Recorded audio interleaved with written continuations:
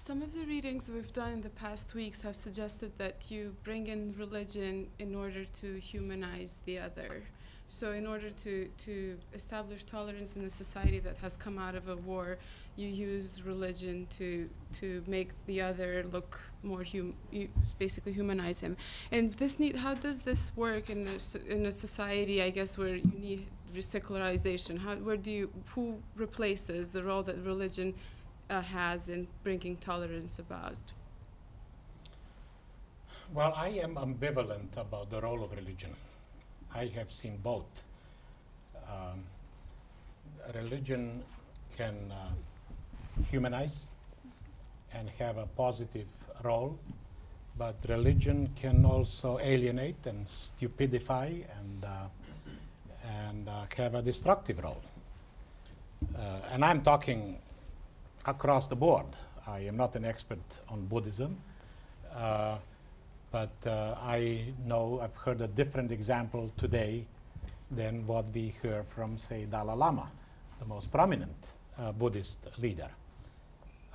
Mother Teresa, who you should know, I've interviewed her 3 or 4 times, from Calcutta to former Yugoslavia, where she's from, in Pristina and Macedonia and so on. Mother Teresa lived like a saint. And yet, say, the Serbian Orthodox Church wants to make Radovan Karadzic a saint, a most notorious criminal who is responsible for the death of tens of thousands, including the mass slaughter I briefly mentioned of Muslim men in Srebrenica. I would say that we need to affirm human freedom and dignity of every human being in every context. And religion is something that should not be imposed especially not by political rulers, and neither should it be uncritically accepted as something we have inherited from the generations past. And so we as, I would say we as the theologians and ethicists need to critically assess, first of all, our own religions, our own traditions. And then working in an interfaith or ecumenical setting, we need to call each other to mutual accountability and ask, what do we think about divine purposes for humanity? And how can we contribute to our confessional and religious communities' maturation, so it will be faithful to the best of its core, as well as somehow relevant, and if I may use that expression, to be a transformative agent in the contemporary world.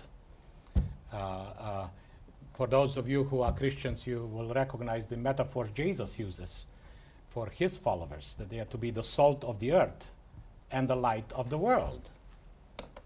And so religions not at enmity with each other, but complementing each other and working together for a better future, being carriers of hope. I have said yesterday in a totally different context in Boston, you know, our mission may be for all religious communities in this fearful, dangerous world we live in, how to diminish human fear and anxiety, and how to increase hope. And if we approach it that way, rather than uncritically repeating slogans we have learned from others, and especially dangerous slogans that have been abused by political and religious autocrats and dictators and so on, that's dangerous. That's simply counterproductive. Religion has, an authentic faith has something to do with love, with redemption, with forgiveness, with healing. You know, look at Desmond Tutu in South Africa, and there are of course many, many other examples. Look at Martin Luther King in this country, a socially relevant commitment to the faith and engagement in changing the realities. I quoted earlier, I wrote a little piece on hope when we were under shelling and threatened in Croatia and Bosnia, and this, of course, went to Kosovo a few years later. And hopefully it will never be repeated in any of these places. I was writing on hope, so I was doing a little research, and I found that St. Augustine, many of you will know the name, one of the true great giants, comprehensive mind, who has built himself and his thinking into the very foundations of Western civilizations, reflecting on hope, said, hope has two daughters, anger and courage. Anger with the way things are, and courage to change them. Anger as that holy indignation that motivated Hebrew prophets. And remember, even Jesus was angry. Okay?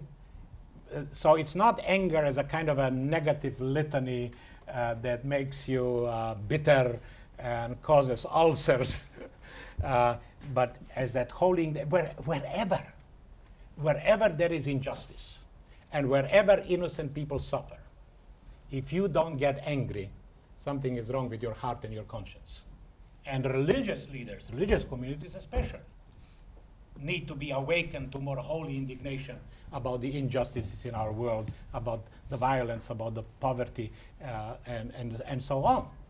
And then that holy indignation, that anger being transformed into courageous action that changes things that make us angry in the first place. I don't know whether I've made that clear.